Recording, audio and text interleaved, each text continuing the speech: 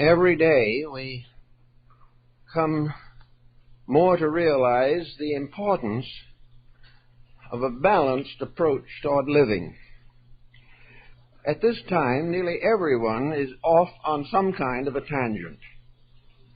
And as a result of having lost central stability, these good people are more or less constantly agitated, worried, frightened, disillusioned, and gradually lose health as well as happiness. The answer seems to be a diversification of activities. We are now being educated to specialize. In the next 20 years, we probably will produce 10 or 15 million commuter operators. We'll have computers everywhere. We will have the individual training for this from infancy. And by the time it is proper for him to go out and establish a home or raise children, he will be at a hopeless disadvantage. He will not know anything about the normal processes of living. This same problem is present in most of our educational institutions. They are all built to produce specialists. They are produced to increase the depth of knowledge in some given field. And it now takes many, many years to complete a basic education in a highly specialized field. The individual who is looking for a doctorate will be lucky if he graduates in his 30s. In the older days, things were quite different, and in some ways more reasonable. Back in the days of Greek learning, education was largely in the keeping of a few professional teachers who fulfilled all the chairs of their students' needs. These teachers were persons widely acquainted with the processes of living. They were teaching the individual how to become useful without becoming hopelessly indoctrinated in something. Philosophy was largely the instrument of ancient learning, and philosophy was nearly always grounded in personal experience and demonstrated or proven by its solutional powers. The individual grew up to be a thinker. He did not simply accept the thoughts of others. He did not consider himself educated simply because he had read the approved authors. He was taught from the beginning the emergencies of immediate living. In those older days, institutions were not as complicated as they are now, but problems have been with us since the beginning. And the ancient systems of learning were largely directed at solving problems and producing persons capable of individual existence. This does not mean that these individuals turned against each other or were competitive, but it simply meant that the person, through the development of his faculties, was able to come to useful conclusions about his own needs. Having been presented with a problem, he used the native faculties with which he had been endowed to solve that problem. He was taught to believe in the solutional power of his own judgment. And in most instances, this solutional power worked until the development of highly specialized scientific techniques. As the fields of knowledge broadened, they became, in a sense, deeper and in another sense more shallow. In the case of developing industrial structures, the individual was bound to make a living. He had to follow the approved rules of his time. He had to train himself for a job. This in itself, of course, was a limiting influence. And the more precarious his economic situation, the more intensely he specialized his abilities. striving always for an excellence in some field. Now in the 20th century, we have an almost incredible diversity of activities. These activities are not any longer simply jobs. They're careers. They're lifetime dedications. They are devotions based upon the need for financial security. These infinitely diversified activities, however, do not seem to diversify the capacity of the individual to meet problems. He must try to solve his problems in terms of the learning he has received. And a large part of modern learning has nothing to do with solving problems except economic stability. The learning makes the individual fit to earn a living, but does not equip him to learn to live a life. He is deficient in the natural, homely aspects of intelligence, which our forefathers seem to possess in reasonable abundance. So today we have people who sort of live on little islands. These little islands are of many kinds and types. Among the more interesting of these islands, perhaps, is the religious island. Here, individuals belonging to certain beliefs isolate themselves from the beliefs of all other people and settle down to defend their own convictions. To depart from these convictions is heresy, and the person who is brought up in a narrowed religious community is subject to persecution even today for nonconformity. Therefore, in religion, we have a group of people to whom religious matters are supremely important. Now, no one doubts this importance, but we can doubt the attitude of the individuals involved in most instances. The importance of the subject is not primarily sectarian. Religion is not important because it teaches a dogma. Religion is important because it inspires a way of life by which the individual is capable of facing the emergencies of living. If we take, therefore, religion on the level of utility, basic usefulness to man, sectarianism has a tendency to retreat because we find that nearly all religions are useful to the needs of people.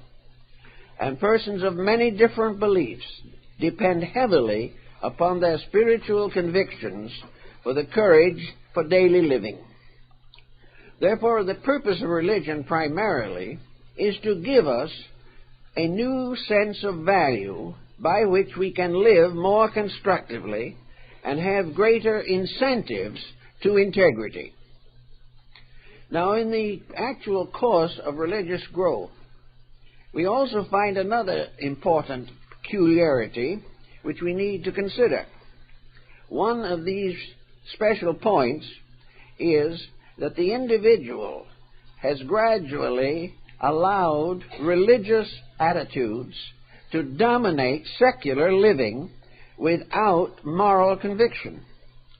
For example, the point we want to make is that the person constantly thinking about religion, reading about it, allowing it to completely dominate his life, often neglects the very use for which religion was intended.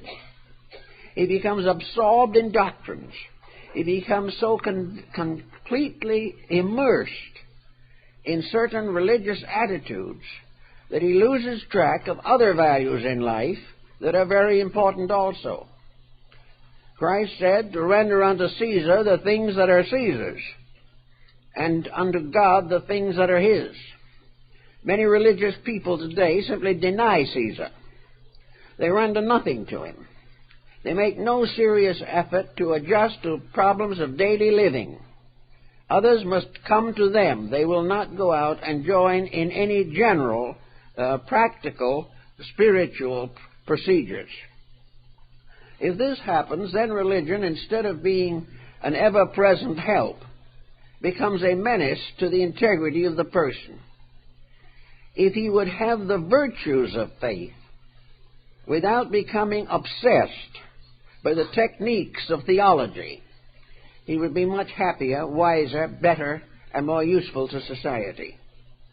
But if he allows religion to paralyze his natural integrities and to force him into a position in which he can naturally mingle only with his own believers, who will not modify his position to meet the emergencies of the day, but continues in a dogged adherence to something which he probably does not even understand.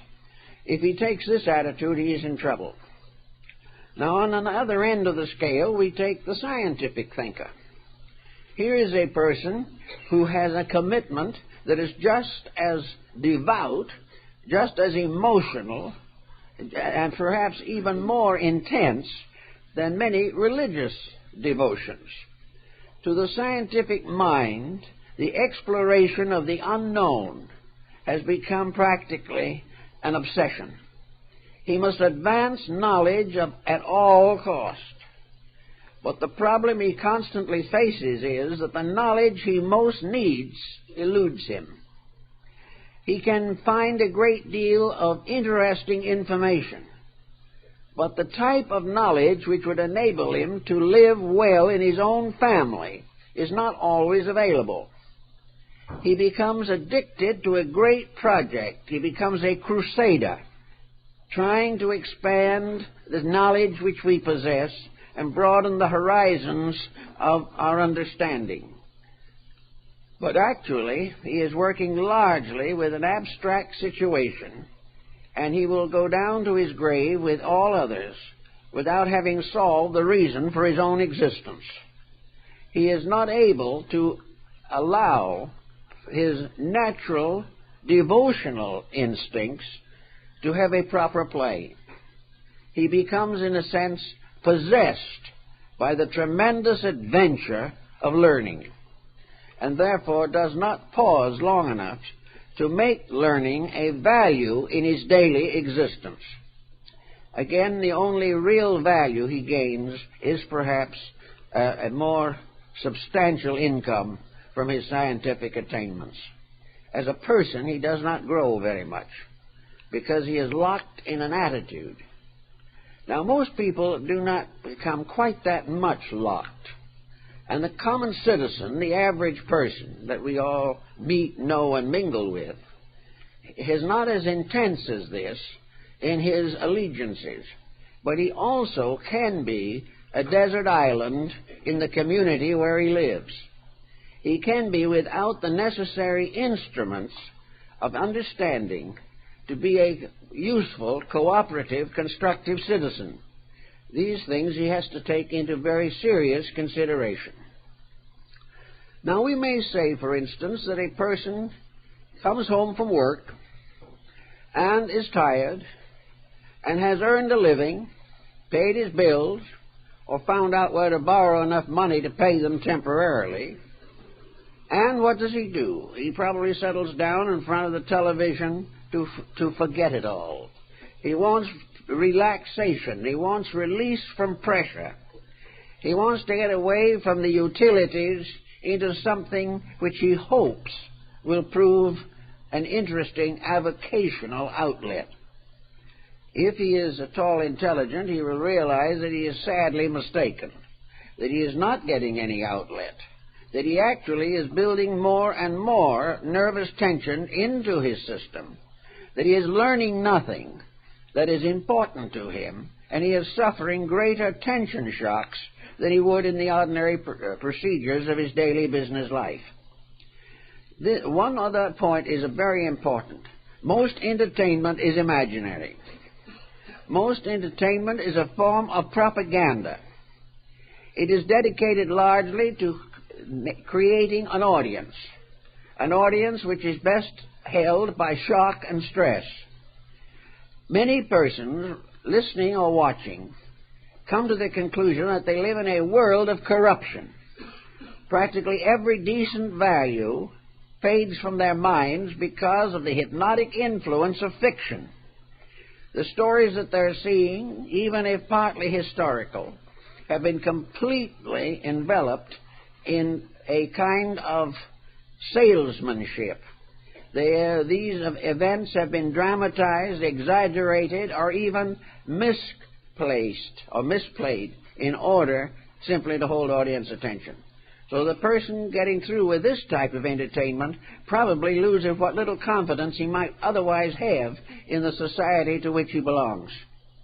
He becomes more and more impressed with the realization that he lives in a corrupt society and for his own ideals have little hope fulfillment. Actually, he's in the same position when he starts to read. If he reads the popular books of the day, he is further disillusioned.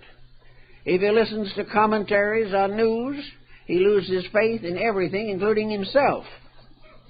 Gradually, he falls into a kind of miasma. He is in a quicksand of popular abuse of media. And in this condition, he is more and more depressed, more and more certain that the world in which he lives has no appreciation of a value, and he might as well join the others and commit whatever crimes are essential to material success. All of this shows lack of personal integration. The individual is not controlling his own life.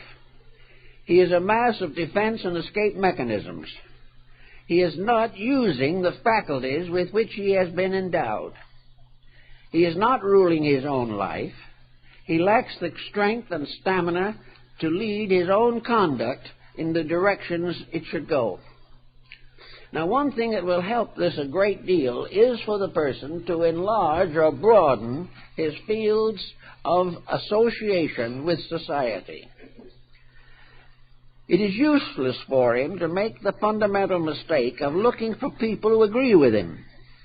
He would like to have all his friends think the same way that he does.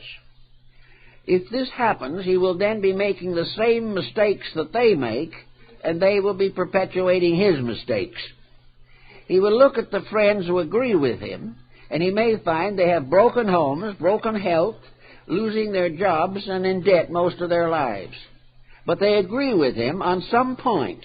Therefore, they are his friends. What he should be looking for is persons who are living well with different points of view.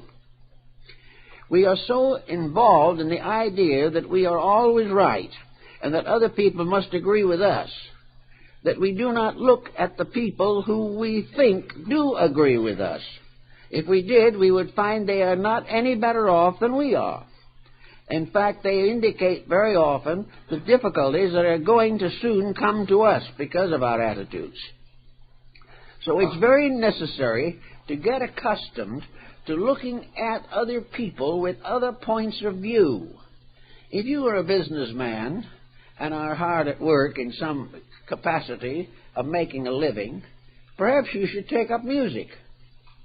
Or perhaps you should go to a craft school and study pottery making. Or perhaps go in and study some type of creative artistry or craft, simply to meet people who have different points of view.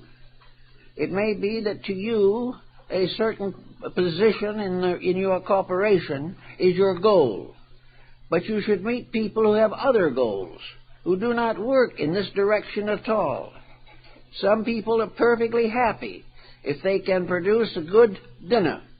Others will not be for a moment happy unless they are vice presidents of a corporation. Get into knowing people whose attitudes have their own fulfillments that are different from ours. The more different attitudes we are able to understand, the broader our own foundations will become. We will have more contact with real life, and we will gradually recognize the importance of diversifying activity. Diversification does not mean wasting time. It does not mean simply recreating. It means the spreading of our mental capacities over a larger area of expression so that we can think better on more subjects, that we can understand why other people have their dedications, and we will begin to respect other people instead of regarding everyone who differs from us as more or less moronic. We cannot afford just simply to stand out and criticize what other people believe. What we must try to do is find out why they believe what they do, and try to share in some of the beliefs that are important to them. We cannot really grow until we develop the power to tolerate differences of opinion.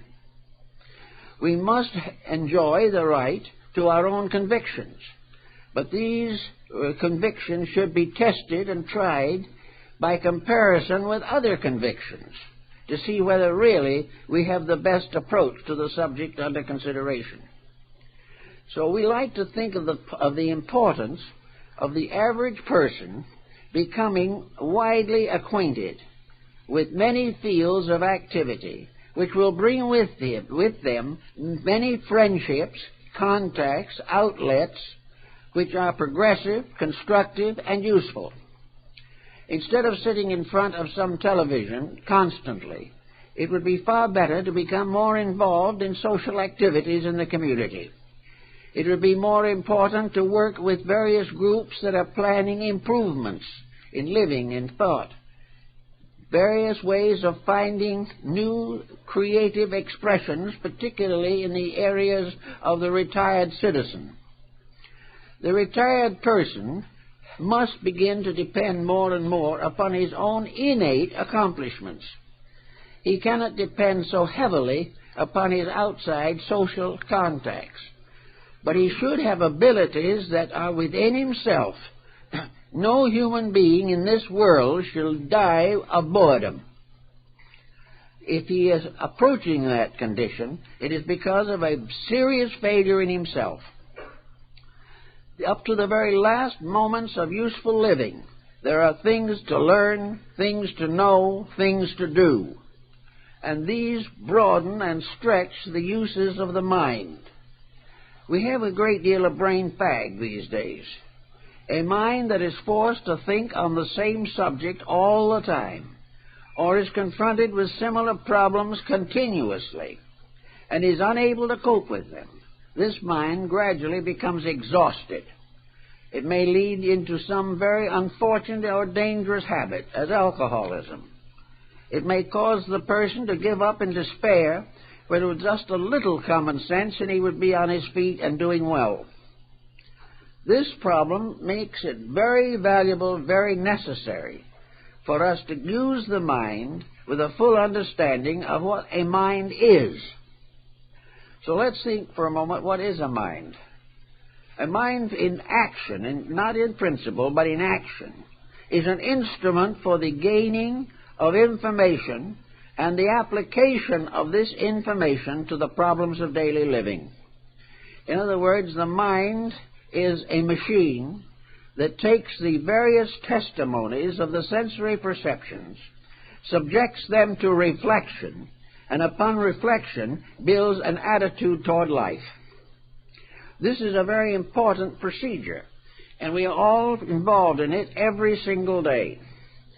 Every moment of life, something is coming into the mind, some new experience, some new point of view, a new problem read in the newspaper, a little problem heard from the neighbor over the fence. These things are coming in constantly. Also, through our natural contact with life, we watch people. We see them. We know what is happening to them. We look at the large pattern of the community in which we live, and we see how people live and think, the problems they face, and the various escapes which they try to use to get out of their responsibilities. The mind, therefore, is an organizing, ordering power within us. It used to be represented by an old gentleman who was called a philosopher. And the mind is capable of being the teacher, the ancient teacher within ourselves. Ancient because it has been here since the dawn of time. The mind, therefore, can give us the information we want if we ask for it. Even a computer will not give us information unless we feed in the necessary data. The mind cannot give us the proper answer unless we feed into the mind the various types of evidence which we wish it to consider and organize. The mind is capable of a tremendous diversity of activities. The average human mind is capable of being organized into more than 40 distinct careers. Now, only one or two of those will ever be used. But the mind can make us see or do almost anything that we really become interested in. They say that Leonardo da Vinci mastered 60 arts and sciences. That might be a slight exaggeration, I don't know. But anyway, he did very well. He proved conclusively that the mind can think more thoughts than the average person ever demands from it. That instead of the mind simply being something to fulfill the notion of the moment, it can provide us with proofs and disproofs on almost any subject. It can give us the stamina to attack a difficult field of research. It can give us the patience to face a definitely difficult domestic situation. In every field of life, the mind is not only able to face situations, create some types of solutions, and also it is able to contemplate the consequences of its own decisions.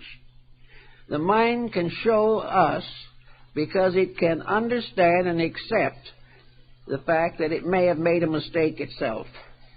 That the mind has led us into something that was going to be disastrous. But it is also capable of realizing this and immediately setting to work to correct the mistake. The mind, having this tremendous potential, was evidently given to us because we were not supposed to be one-track people.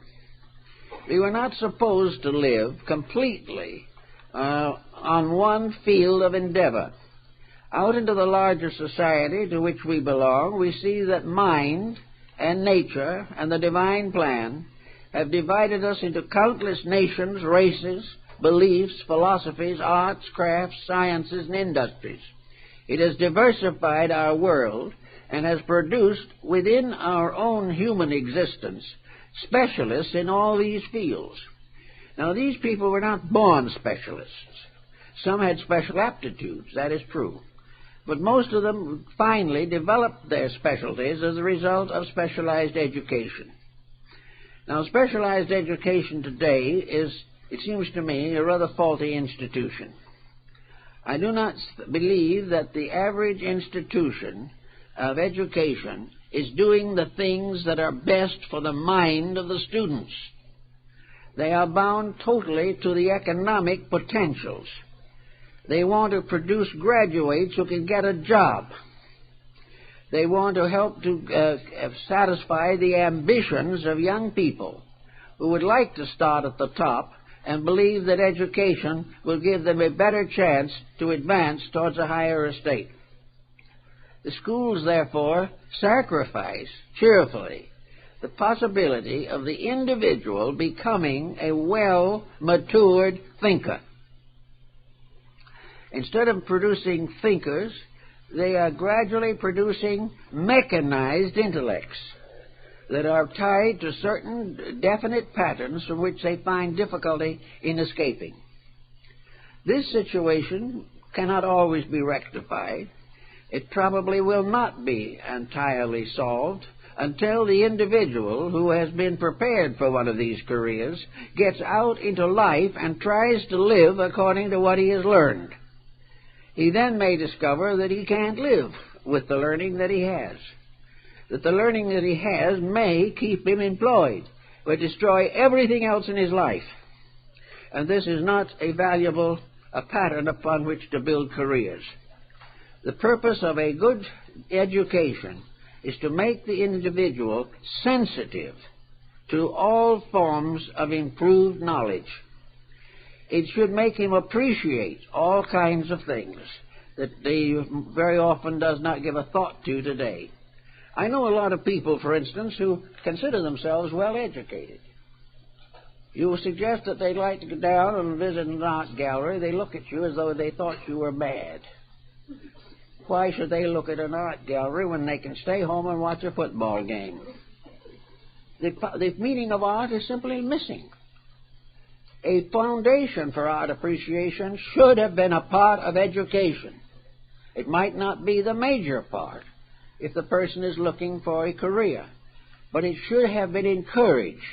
And at the present time, the Massachusetts Institute of Technology is functioning with humanity courses.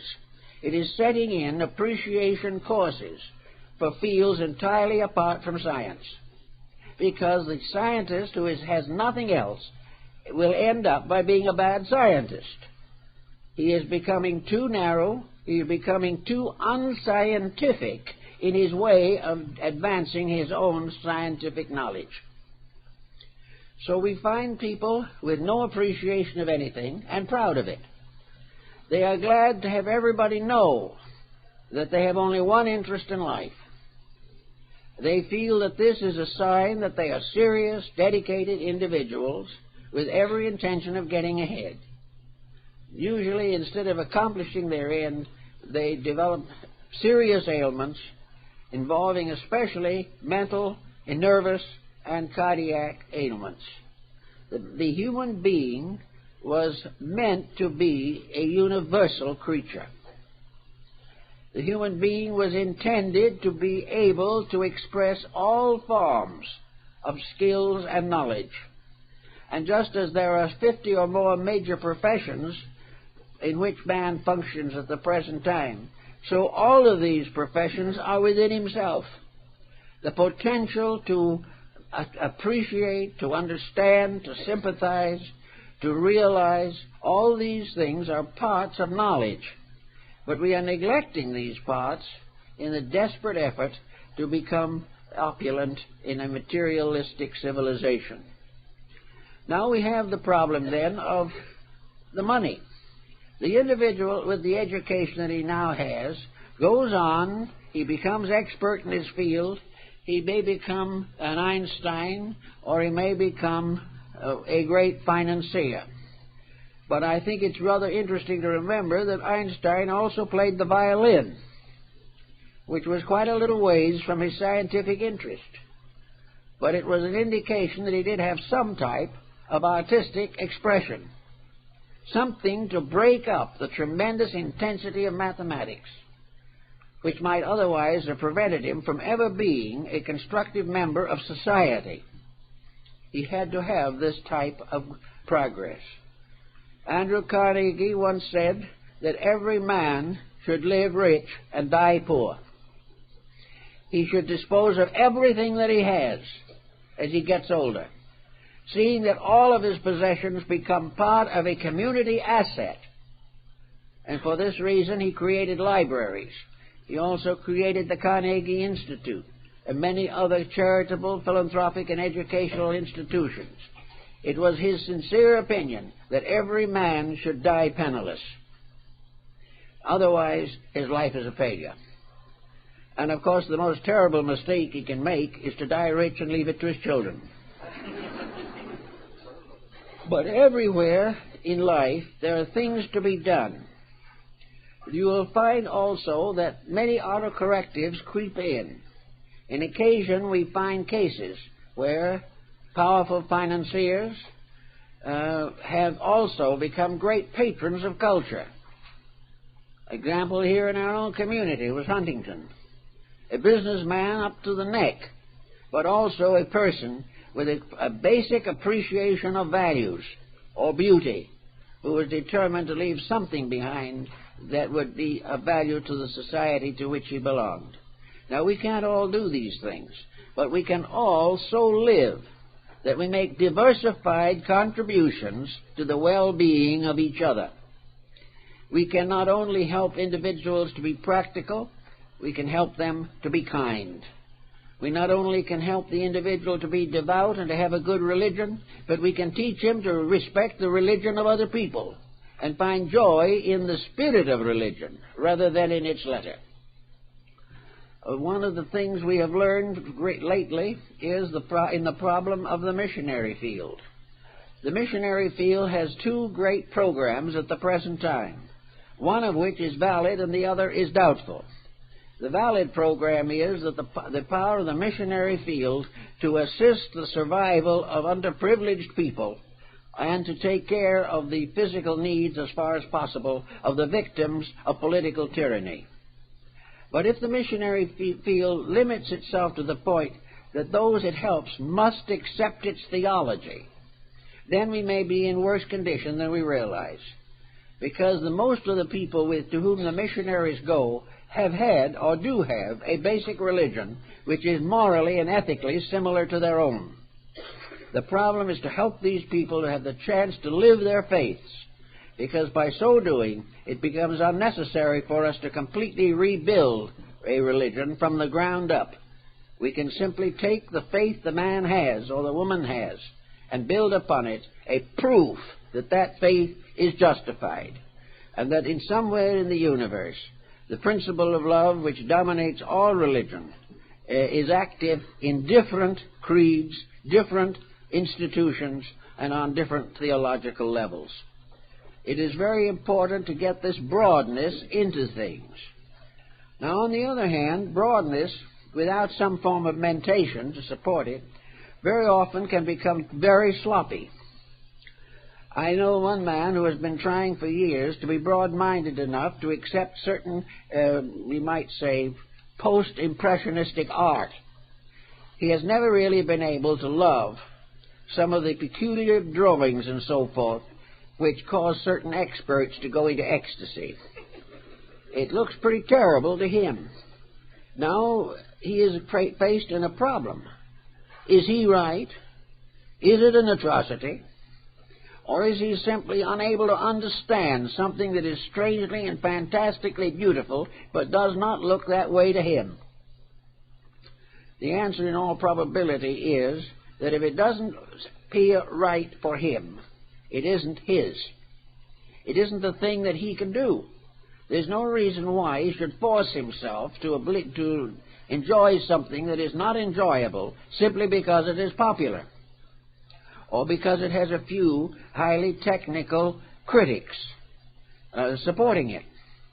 Therefore, the person must have within himself enough mental courage, mental determination, to decide for himself what is good and what is not good. And he should not permit popular opinion to destroy his own sense of values.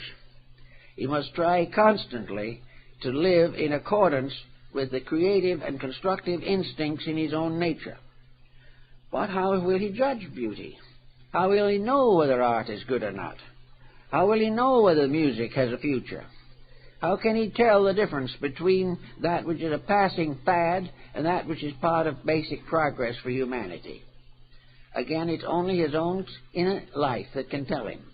And the only way that that inner life can tell him is that while he has been a businessman or a merchant, or while he has been an electronic engineer or a computer operator, he has also given attention to the arts, that he is aware of what is good art and what he enjoys.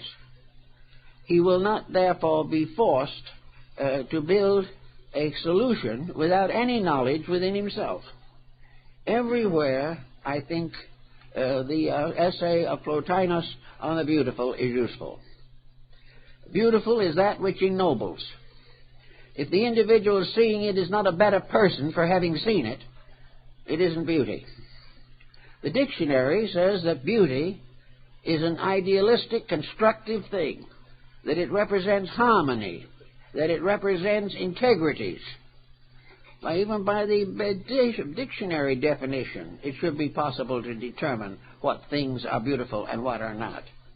But that which is repulsive to the inner life of the person is not for him. Now, his neighbor may say that what he does not like, his neighbor will like. And his neighbor will go on to expound on the marvels and wonders of this thing which we do not appreciate. We listen. We think about it. We try to see if there's some value in it that we've overlooked. Then we consider the person whose opinion we have just heard. On what does he base his opinion?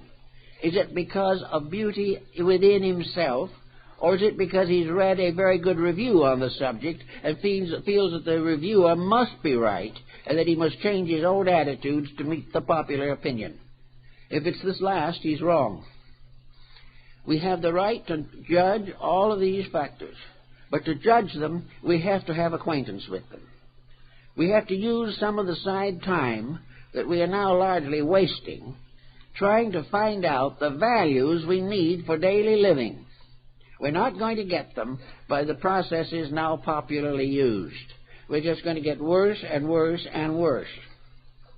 In order, therefore, to really make something out of the problem, we have to realize that integrities are moral, emotional, mental, physical, that the individual who is living by a poor code is also endangering his health and depriving his mind of the proper incentives for growth. We must try, then, to find out how to really educate the mind. Well, according to Lord Bacon, there are three instruments of knowledge. One is tradition, one is experience, and one is experimentation. Now, a lot of people today are denying the validity of tradition. They say that if it's old, it's no good. This is entirely wrong, and much as to say that a person over 60 is worthless. Tradition is valuable. Tradition is the only way in which we can take advantage of the world's knowledge and not be forced to live from the beginning of it with each generation. We will realize that these faults and these virtues are still functioning within ourselves, just as surely as they did in the age of Pericles. Tradition, therefore, tells us a little about how a life should be lived.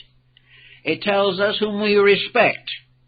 After several thousands of years, who do we remember out of the past? For whom do we have gratitude and appreciation? Whom do we regard as universal benefactors? And we will generally find that we will honor those most who gave us the greatest internal securities, who gave us the greatest dreams, the most beautiful and wonderful hopes and aspirations, and also who gave us codes which have lived and still continue to exert a powerful force, and that these codes are not obsolete. And when we say the code is no good, we really mean the people haven't lived it. It is not the belief that is wrong, it's the person who fails to use that belief.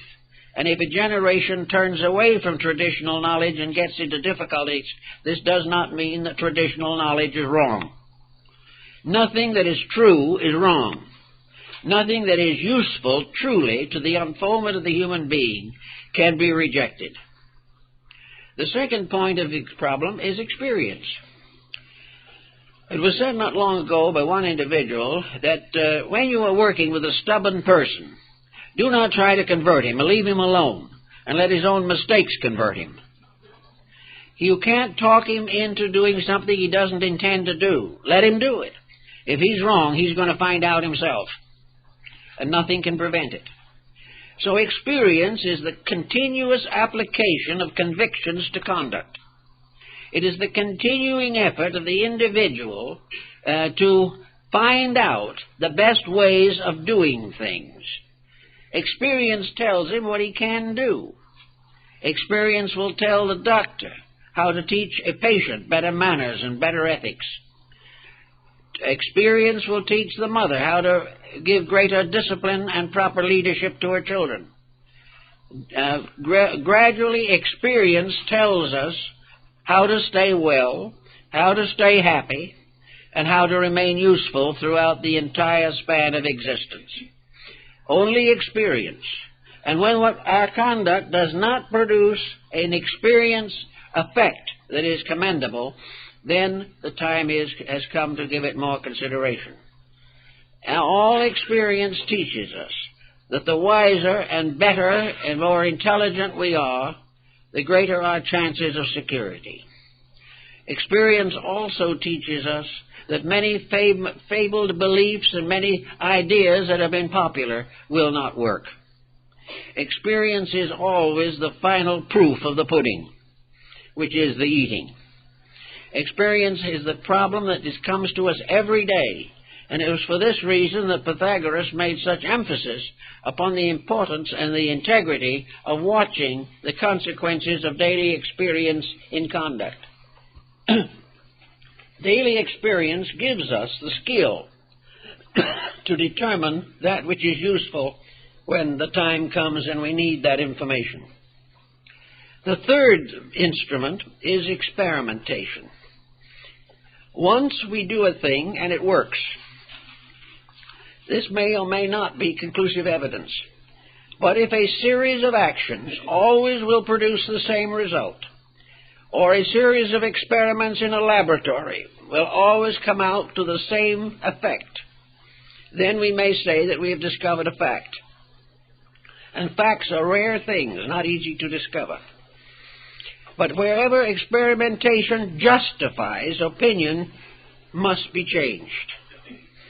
We cannot live by opinions. We cannot be happy with opinions. A wrong opinion will always undermine and destroy us in the end. We may think for a time that we have something wonderful, but if it is not supported by experience, if it is not proven by experiment, and if it is not justified by the traditions of the race, we are liable to be in serious trouble. Now, in the form of learning, what is the best learning at the moment that we can think of? Well, I suppose it is the kind that we have in short supply at the present time, and that is philosophy. Philosophy was the guide of antiquity. Science is the guide of the modern world. Philosophy, however, is a bridge.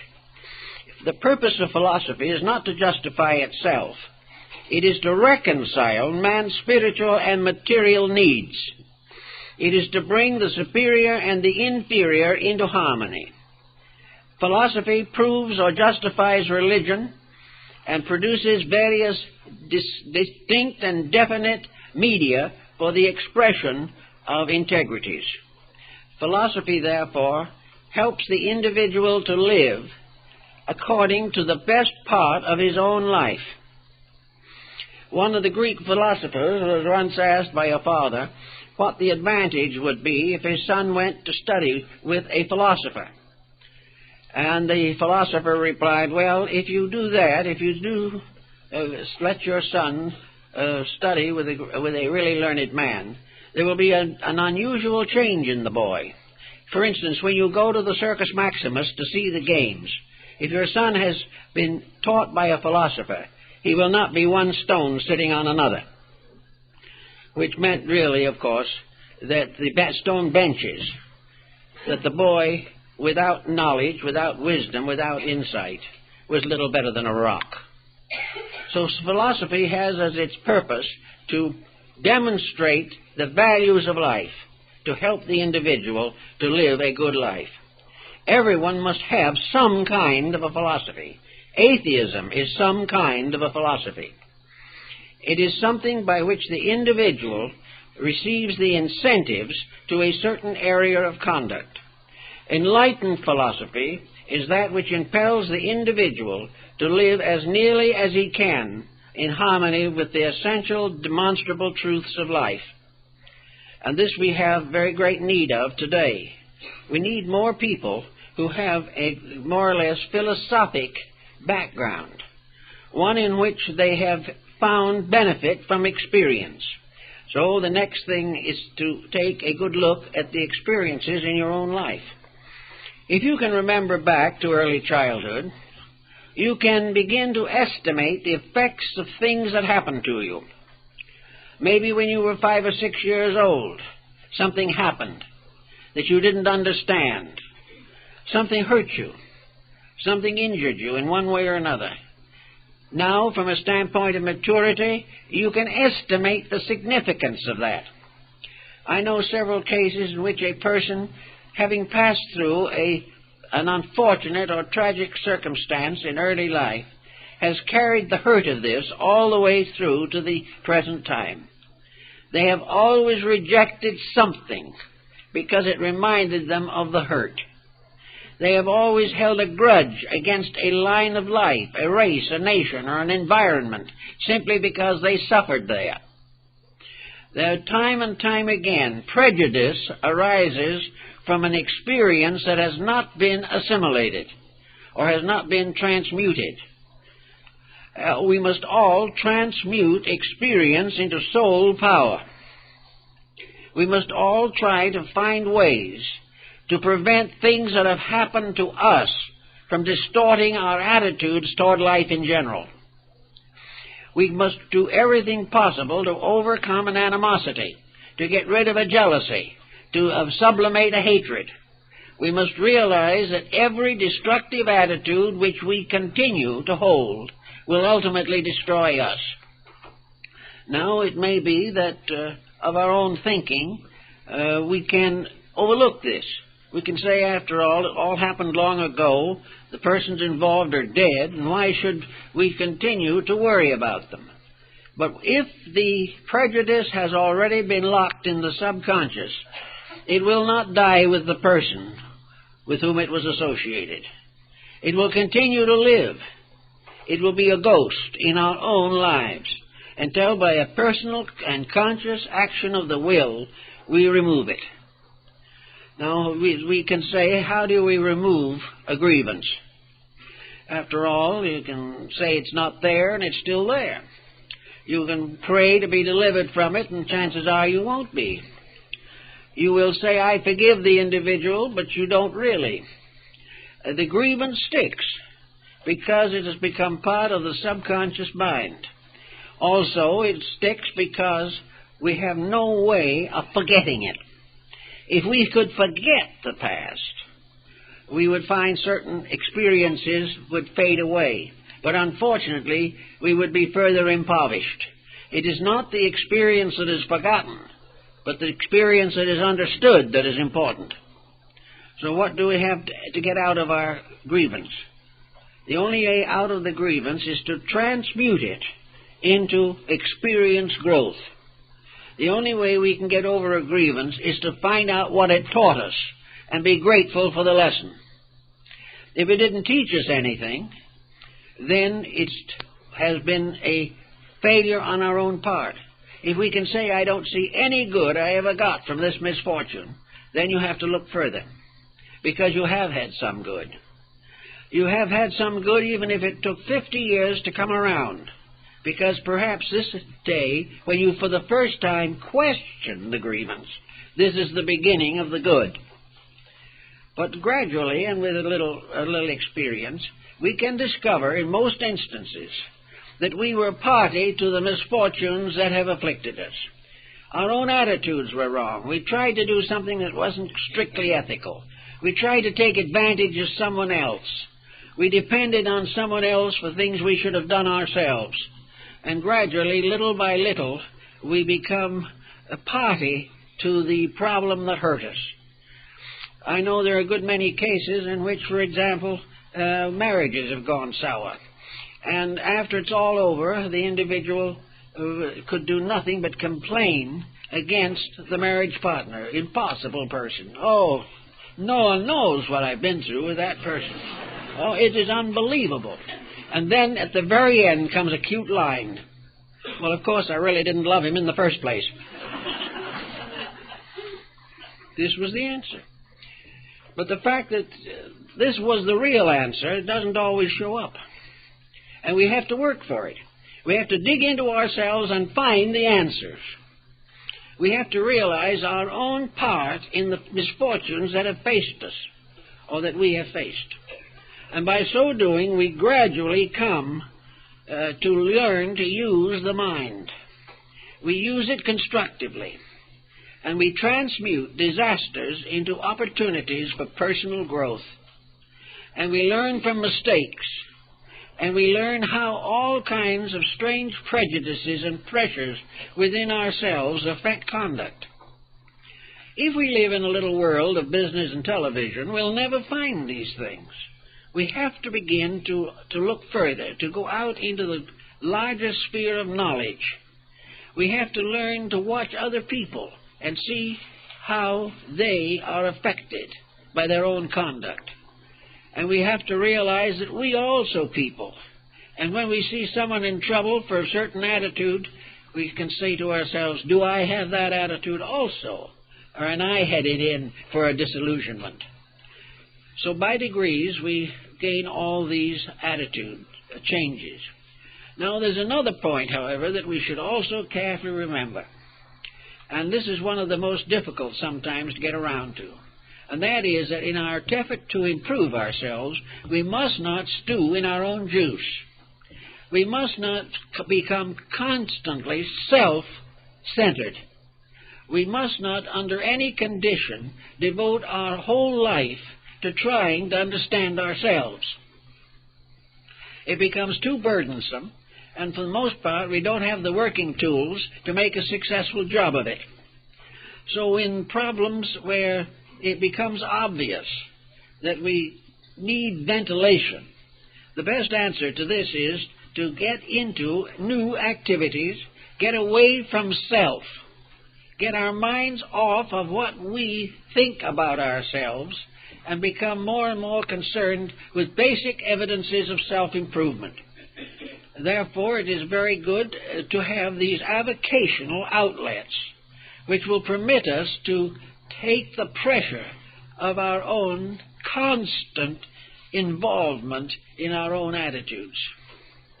So we can say that each person should have at least one or two significant, meaningful, useful avocational outlets. They should do something, create something. If they are in business, then the outlet should be creative, because it must compensate for that which is a more or less sterile daily burden.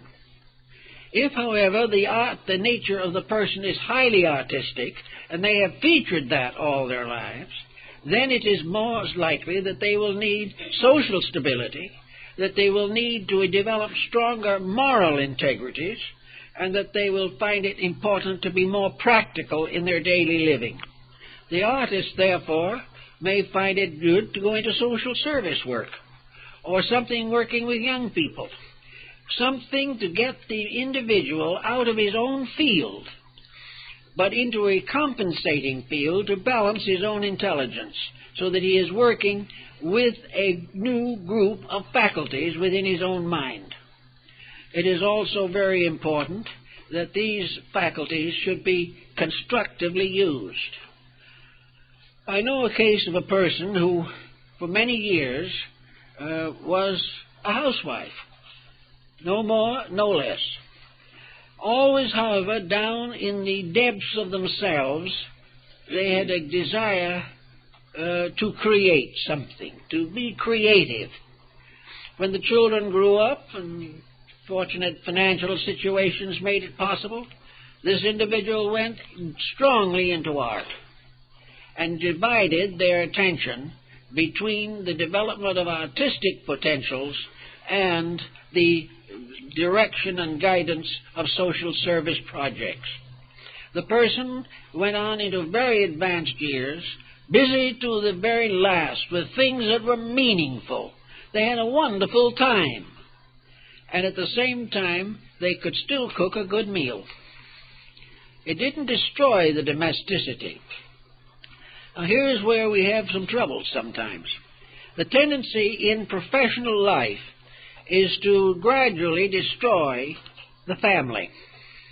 The individual who is in business, and if all the members of the family are employed, the home is the sufferer. Gradually, the development of the personal relationships are damaged. Everyone should be faced throughout life with personal relationships. To escape them entirely or to avoid them because they are uncomfortable is a serious limitation upon growth. We must not only live with ourselves, we must live with other people. And we must live with people we do not entirely agree with. We do not necessarily, however, have to accept unpleasant situations as completely endurable.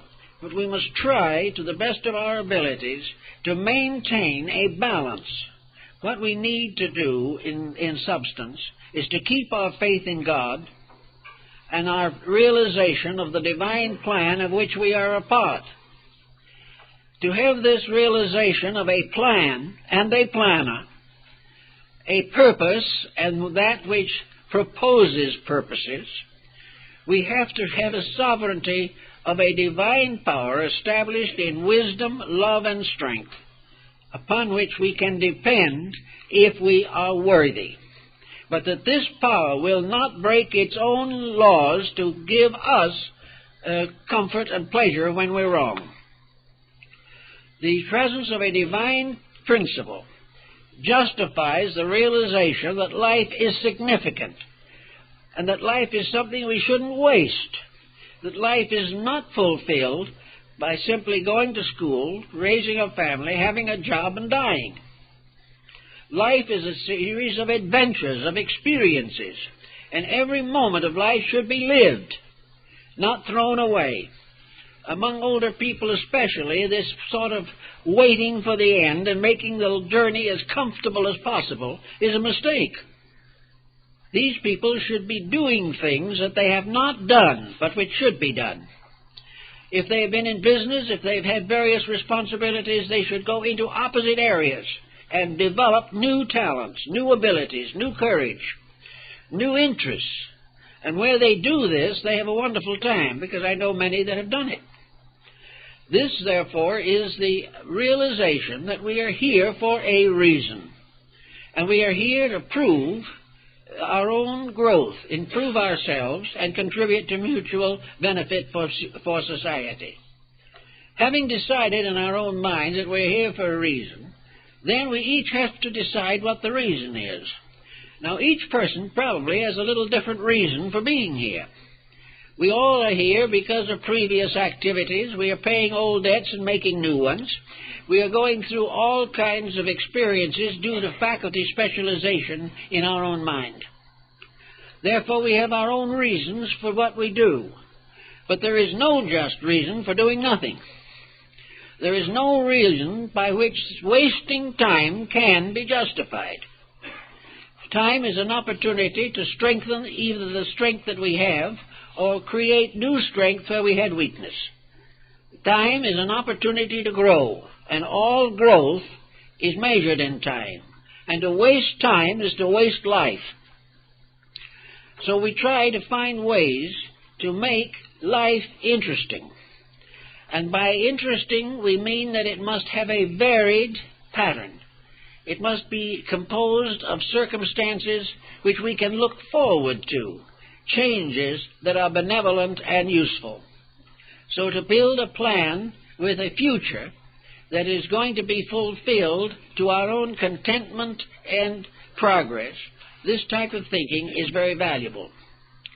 Actually, therefore, in philosophy, we gain the courage to recognize that the divine power within us is going to be rationalized into conduct, and that this power has within itself two tremendous factors.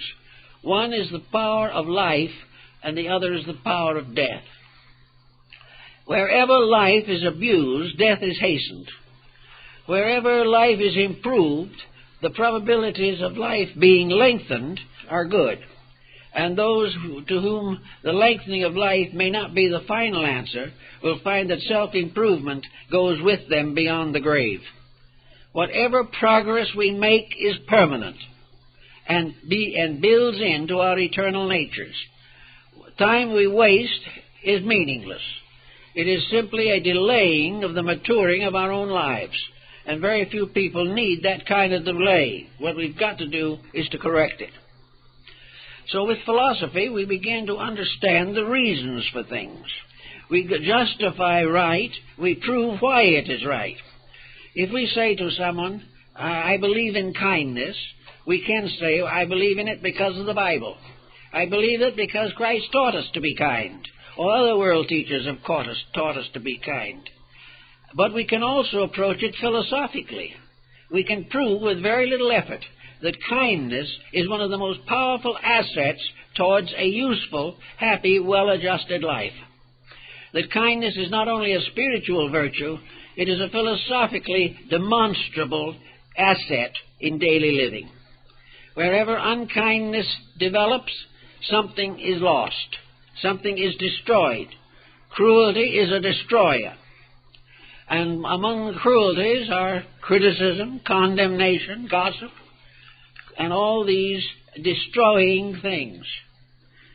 On the other hand, the kindness factor gives us a tremendous increase of acceptabilities. Our friends will be more happy with us.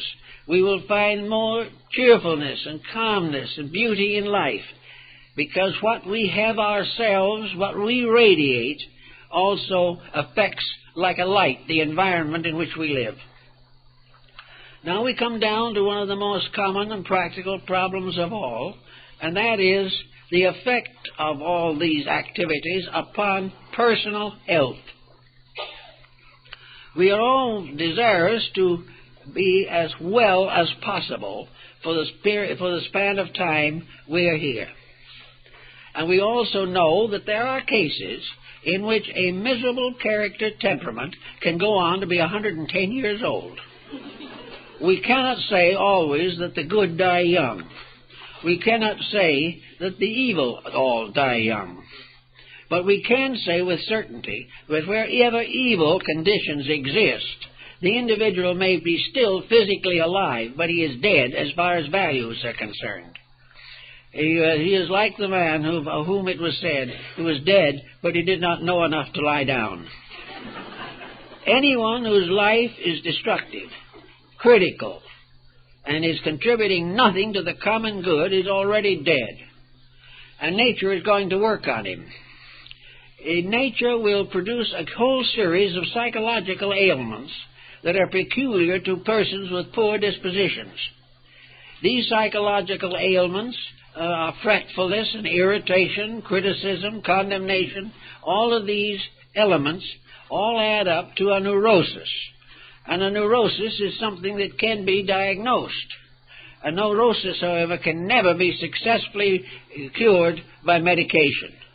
Why? Because the use of medication is an artificial means of trying to accomplish what the person should do himself. Nearly all hypnotic drugs and sedations attempt to substitute for an individual who is unable to be quiet of his own accord, who is unable to be patient or to clear his mind of problems which perhaps are not very real at best. But drugs cannot do this. They numb or dumb the quality for a moment, but they also destroy the life in the end. So the person who is inclined to sedation will find tranquility resulting from faith and affection, the best of all tranquilizers. He will find that when he is at peace with himself, he will not require neurotic pressure ailment treatments. He will be able to live his own life in a quiet and peaceful way. As he goes along, of course, a cranky disposition and the loss of friends and all this type of thing can gradually undermine the normal, pleasant pleasures of life. They can hasten attitudes or conduct patterns which will produce sickness. They will also have a tendency to lower blood pressure, in some cases to a dangerous point. They will destroy and imbalance the endocrine system, and they will make marked destructive changes in blood chemistries and body functions. The nasty disposition is murderous, but instead of murdering other people, it is murdering itself. So everyone who has faults and criticisms and condemnations lurking in their nature will do well to try to root these things out by using the mind not to deny the existence of these conditions, but to transmute them into experience growth. Every fault is a lesson that must be learned. When learned, that lesson advances the eternal nature of the person. Every victory over the limitations or corruptions of nature are recorded or is recorded in the permanent pattern of man's achievement. Therefore, try to balance off, try to increase activities and interests.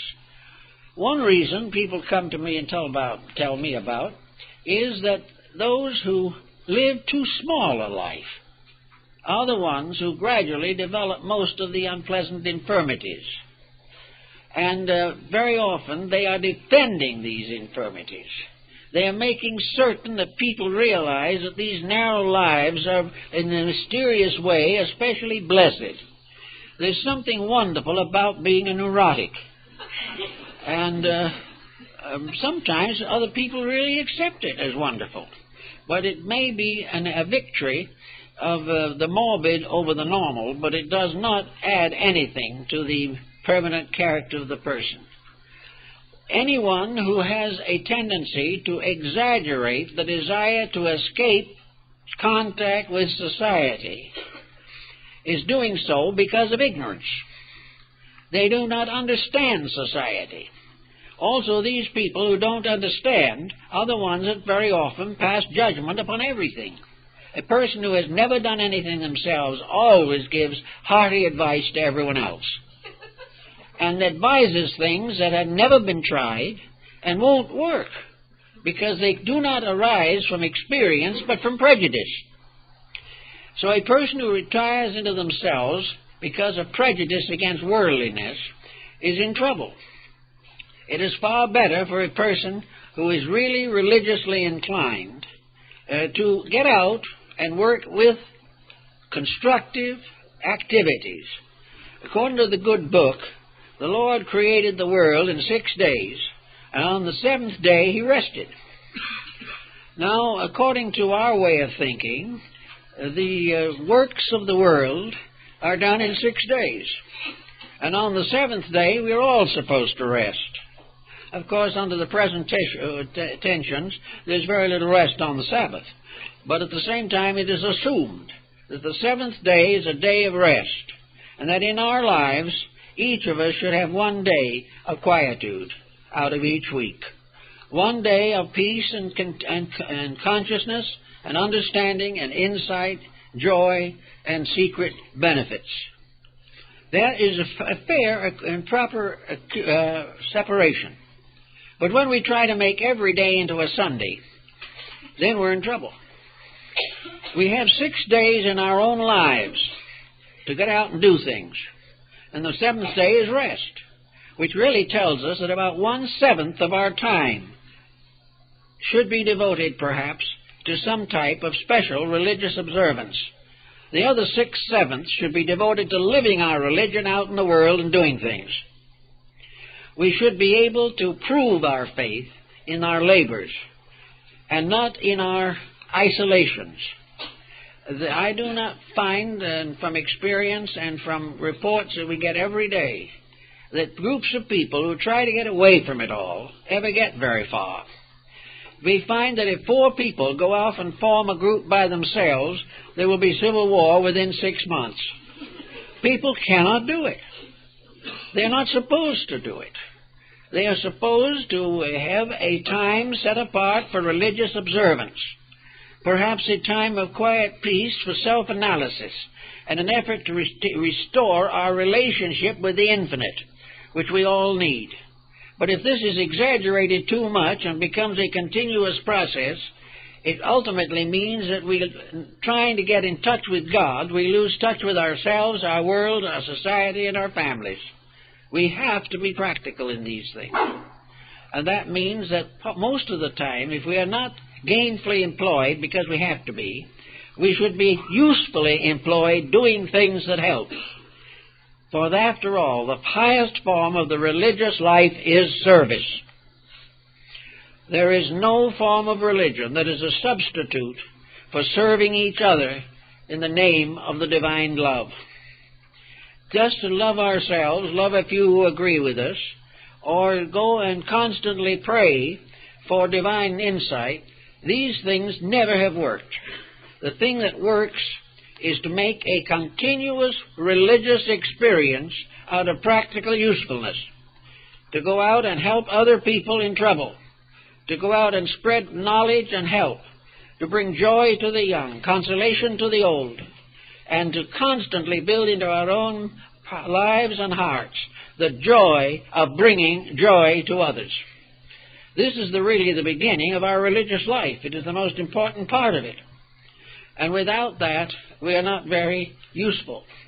To do this successfully, it is necessary for the person to mingle with other people, to gain insight into their interests, to learn arts, crafts, and trades by which we can create a link with other people and advance every type of useful knowledge. The first person who comes to us may be a bricklayer. The second may be a schoolteacher. The third may be a disillusioned minister. The fourth may be an artist who is having trouble with his techniques. Another is a broken home. Another is a child without parental guidance. All of these things come to us. And those things that come to us, we must meet. And the only way we can meet them is to understand life ourselves, to know how these people feel, to know what they have gone through, to know the problems that press upon them. And knowledge is based upon experience and upon facts. Therefore, if we really want to serve the spiritual mystery of life with full hope and full devotion, we must become as learned as possible in the practical services of each other. We must all have some way of contributing to the common good. And this is the basis of our happiness, it is the basis of our health, and it is the basis of our religion. Religion is finally and inevitably the continuing reminding of ourselves and others of the divine love and the divine plan. Religion is not something that is limited to a church. Religion is something that is unlimited. It is useful in every part of life. And the greatest sermon, the greatest meditation, is that which is devoted to the service of others. So in kindness and in service, and in a generous forgetting of ourselves in the name of God, we may find what we seek.